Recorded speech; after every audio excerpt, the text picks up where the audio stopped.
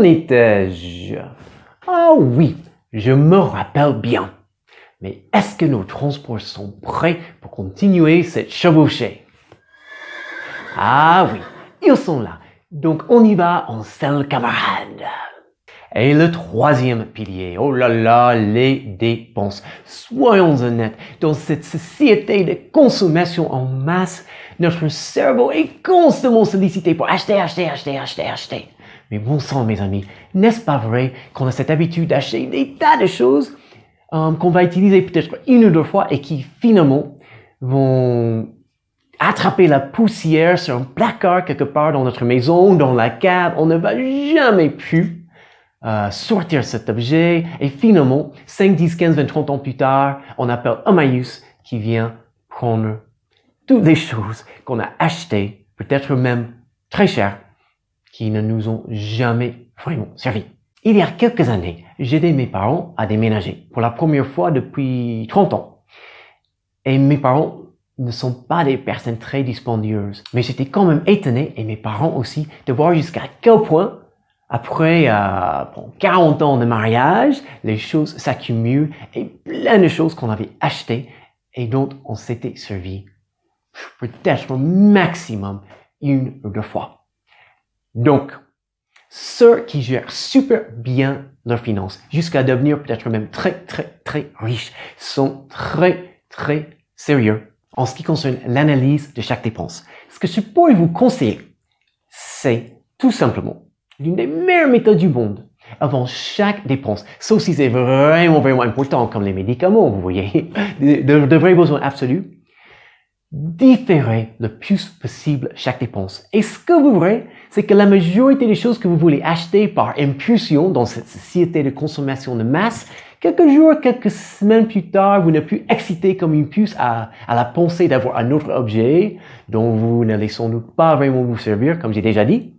Une fois que tout cela se sera passé, vous allez remarquer que la vaste majorité de ces choses, vous n'en avez pas besoin. Et avec cet argent, vous allez faire des économies et des investissements. Et après, établissez un budget. Ce n'est pas la chose la plus compliquée. Vous faites un petit tableur avec Excel ou un autre logiciel. Et pendant une période d'au moins 2 mois, mettez dans ce document chaque dépense. Vous serez étonné et peut-être écœuré de voir la quantité d'argent gaspillé, paumé, perdu. Et si vous êtes comme la vaste majorité des personnes, vous avez beaucoup travaillé au boulot pour avoir cet argent, donc pourquoi continuer de le gaspiller? Un budget, ça va faire sortir de tout ce que vous dépensez beaucoup de gaspillage. Et le quatrième pilier, les investissements. Et je suppose que c'est de loin le pilier où les gens s'aventurent le moins. Car, ah oui, mais si jamais je fais un investissement, je pourrais me faire escroquer, je pourrais tout perdre, donc je préfère ne rien investir. Mais mes chers amis, c'est vrai qu'il y a toujours des risques dans la vie, mais si on ne prend aucun risque, on sait bien qu'on n'a aucune récompense potentielle. Les investissements, c'est effectivement quelque chose qu'il faut bien étudier. Soi-même, il faut bien se faire conseiller. C'est toute une étude à faire qui dépasse de loin le cadre de cette vidéo. Ce qui a le plus marché pour moi, et plein de personnes que j'ai étudiées qui ont beaucoup plus de fric que moi, c'est surtout cette idée de diversifier avec 3 ou 4 ou 5 types d'investissements différents. Et une chose est sûre, un petit conseil, si vous voulez vraiment avoir une indépendance financière, toutes les personnes un peu riches ou très riches que j'ai étudiées ont de l'immobilier dans leur patrimoine. Et je ne parle pas de sa résidence principale, parce que ça, c'est pas un investissement, mes chers amis. Je parle de l'immo locatif que vous louez, des commerces et d'autres investissements dans l'immo, mais jamais votre résidence principale. Et en ce qui concerne ces supports diversifiés différents, il y a plein de choses. J'ai déjà mentionné l'IMO, les assurances vie, la bourse, les métaux précieux. Il y a des tas d'investissements différents. La vaste majorité des personnes riches ou vraiment riches gèrent très bien, peut-être 3 ou 4, pas forcément des dizaines de supports différents non plus. Et dans tous les cas, il y a des personnes sur YouTube fabuleuses, très douées et qui ont gagné beaucoup d'argent dans les investissements, qui sont bien plus qualifiés que moi.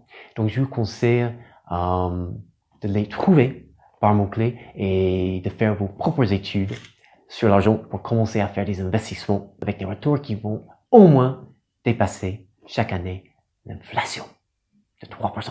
Et vous voyez, c'est quand même un processus très simple. Je n'ai pas dit facile ni rapide, mais pour super bien gérer ses finances, jusqu'à, j'espère, pour vous et pour moi, avoir une indépendance financière le plus jeune possible, il faut tout simplement de mieux en mieux gérer ces 4 piliers.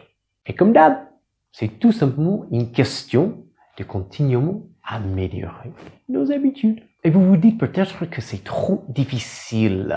Si tu comprenais ma situation financière, vous saurez que je suis fauché comme des blés depuis longtemps et ça a toujours été le cas, ce sera toujours le cas. La vraie question, ce n'est pas dans les difficultés, mais elle est plutôt si vous ne faites rien pour continuellement changer, progresser et surtout évoluer, votre vie, telle qu'elle est maintenant, sera toujours la même. Financièrement parlant et autrement, en serez-vous content? Si vous êtes comme la vaste majorité des personnes, la réponse est évidemment non. Donc, vous aurez à prendre votre lampe frontale et constamment explorer ce que vous voulez vraiment faire de votre vie et comment y arriver.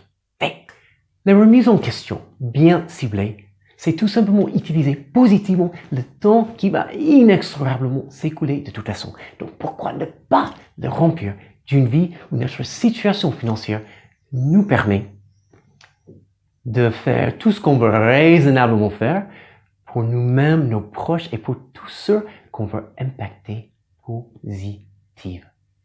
Et une petite histoire concernant ma situation financière. Je n'ai pas encore des millions, mais j'ai pu faire des économies récemment et j'ai décidé de faire un don à une association qui s'appelle l'Arche de Noé à Rouen, qui est comme la spa pour les chats. Et c'est grâce à elle que j'ai trouvé mon chat, ma petite boule de joie grise qui s'appelle justement Gris Gris. Et voilà la photo, là ou là. Et ça m'a vraiment fait plaisir de pouvoir faire cela, car j'ai rencontré les bénévoles de cette association et ce sont vraiment des personnes, mais tip-top. Et je vois que le temps passe très vite. Et quant au sujet de cette vidéo, j'ai beaucoup plus de choses à dire. Donc ce qu'on va faire, on va finalement faire 2 vidéos et on conclure la première partie maintenant. Donc voilà tout pour aujourd'hui.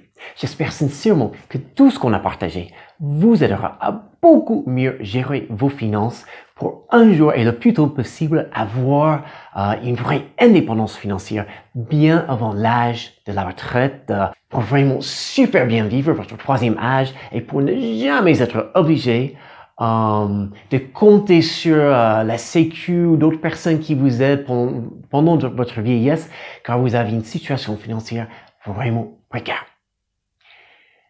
Et en ce qui concerne les commentaires que je vous demande de laisser en bas, est-ce que vous pourrez répondre à cette question?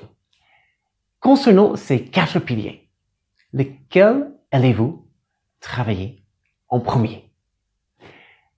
Et si jamais les infos de cette vidéo vous ont été de la moindre façon ou vous seront de la moindre façon utiles, je vais vous demander quelques services. Cliquez bien sur le pouce, abonnez-vous et partagez cette vidéo avec au moins une personne.